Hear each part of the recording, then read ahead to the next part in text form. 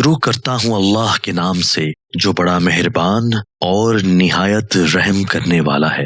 دوستو، آپ دیکھ رہے ہیں یوٹیوب چینل شہزاد وائس۔ بنی اسرائیل میں ایک عابد تھا جو ہر وقت عبادت میں مشغول رہتا تھا۔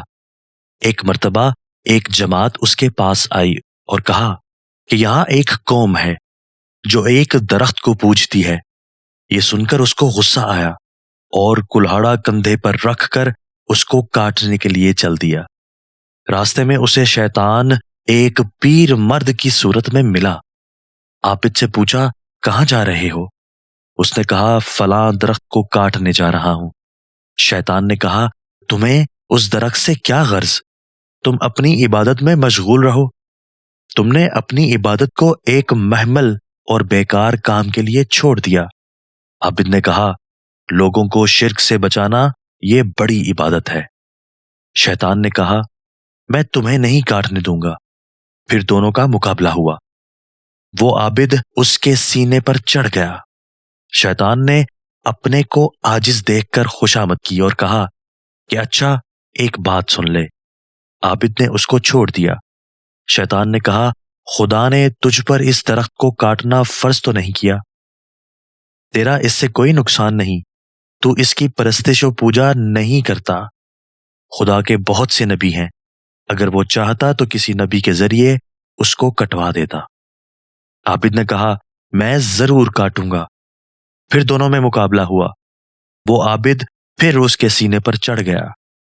شیطان نے کہا، اچھا سن، ایک فیصلہ کن بات جو میں تیرے نفع کی کہوں گا۔ عابد نے کہا، کہہ۔ شیطان نے کہا، تو غریب آدمی ہے، دنیا پر بوجھ بنا ہوا ہے، تو اس کام سے باز آ جا۔ میں تجھے روزانہ 3 دینار دیا کروں گا جو روزانہ تیرے سرہانے کے نیچے رکھے ہوئے ملا کریں گے۔ تیری بھی ضرورتیں پوری ہو جایا کریں گی، اپنے اعزاء و اقارب پر بھی احسان کر سکے گا، فقیر کی بھی مدد کر سکے گا اور بہت سے ثواب کے کام حاصل کرے گا۔ درخت کاٹنے میں تو فقط ایک ہی ثواب ہوگا اور وہ بھی رائے گا جائے گا۔ وہ لوگ پھر دوسرا درخت لگائیں گے۔ عابد کو سمجھ میں آ گیا۔ کسی نے پنجابی میں کیا خوب کہا ہے، جدوں رب رسے تے مت کھسے، یعنی جب رب ناراض ہو تو عقل ختم ہو جاتی ہے۔ اس عابد نے قبول کر لیا اور گھر آ گیا۔ 2 دن دینار تکیے کے نیچے سے ملتے رہے۔ تیسرے دن کچھ بھی نہ ملا۔ عابد کو پھر غصہ آیا اور اسی طرح کلہاڑا لے کر چلا۔ راستے میں وہ بوڑھا اسے پھر ملا تو پوچھا، جناب کہاں جا رہے ہو؟ عابد نے کہا کہ اسی درخت کو کاٹنے جا رہا ہوں۔ بوڑھے نے کہا، تو اس کو نہیں کاٹ سکتا۔ دونوں میں لڑائی ہوئی اور وہ بوڑھا یعنی شیطان غالب آ گیا اور عابد کے سینے پر چڑھ گیا۔ عابد کو بڑا ہی تعجب ہوا۔ اس سے پوچھا کہ کیا بات ہے کہ تو اس مرتبہ غالب آ گیا؟ شیطان نے کہا کہ پہلی مرتبہ تیرا غصہ خالص خدا کے لیے تھا، اس لیے خدا نے مجھے مغلوب کر دیا اور تجھے غالب۔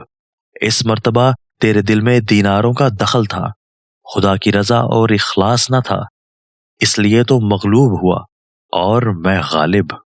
حق یہ ہے کہ جو بھی کام اخلاص اور رب تعالیٰ کی رضا جوئی کے لیے کیا جائے تو اس میں بڑی قوت و برکت ہوتی ہے، اور جس کام میں حرص و لالچ کا دخل ہو اس عمل میں کوئی طاقت اور برکت نہیں ہوتی، جیسا کہ اس واقعہ میں ظاہر ہوتا ہے۔ خلوص نیت کا مطلب یہ ہے کہ مطلوبہ کام صرف اور صرف رب تعالیٰ کی رضا جوئی کے لیے کیا جائے، جس میں تصنع اور ریاکاری اور کسی قسم کا لالچ کا دخل نہ ہو۔ نیت میں اخلاص کا نتیجہ یہ ہوگا کہ اعمال روشن، وزنی اور قابل قبول ہوں گے، بصورت دیگر اعمال صرف ڈھانچے بن کر رہیں گے۔ جس طرح اعضائے بدن کی کارکردگی روح پر منحصر ہے، اسی طرح اعمال صالح بھی خلوص نیت پر موقوف ہیں۔ حضور اقدس صلی اللہ علیہ وآلہ وسلم کا فرمان مبارک ہے، اعمال کے زندہ ہونے کا مدار بلا شبہ نیتوں پر ہے۔ مسجد میں جاتے وقت اگر کوئی اپنے جوتوں کی حفاظت اس لیے کرتا ہے کہ مبادا کوئی اپنی عاقبت خراب نہ کر بیٹھے، یا مکان بناتے وقت روشن دان اس لیے رکھتا ہے کہ اذان کی آواز بھی سنائی دے، تو یہ عمل اس کے لیے عمل ثواب اور عمل بقا ہوگا۔ یہی وجہ ہے کہ روز قیامت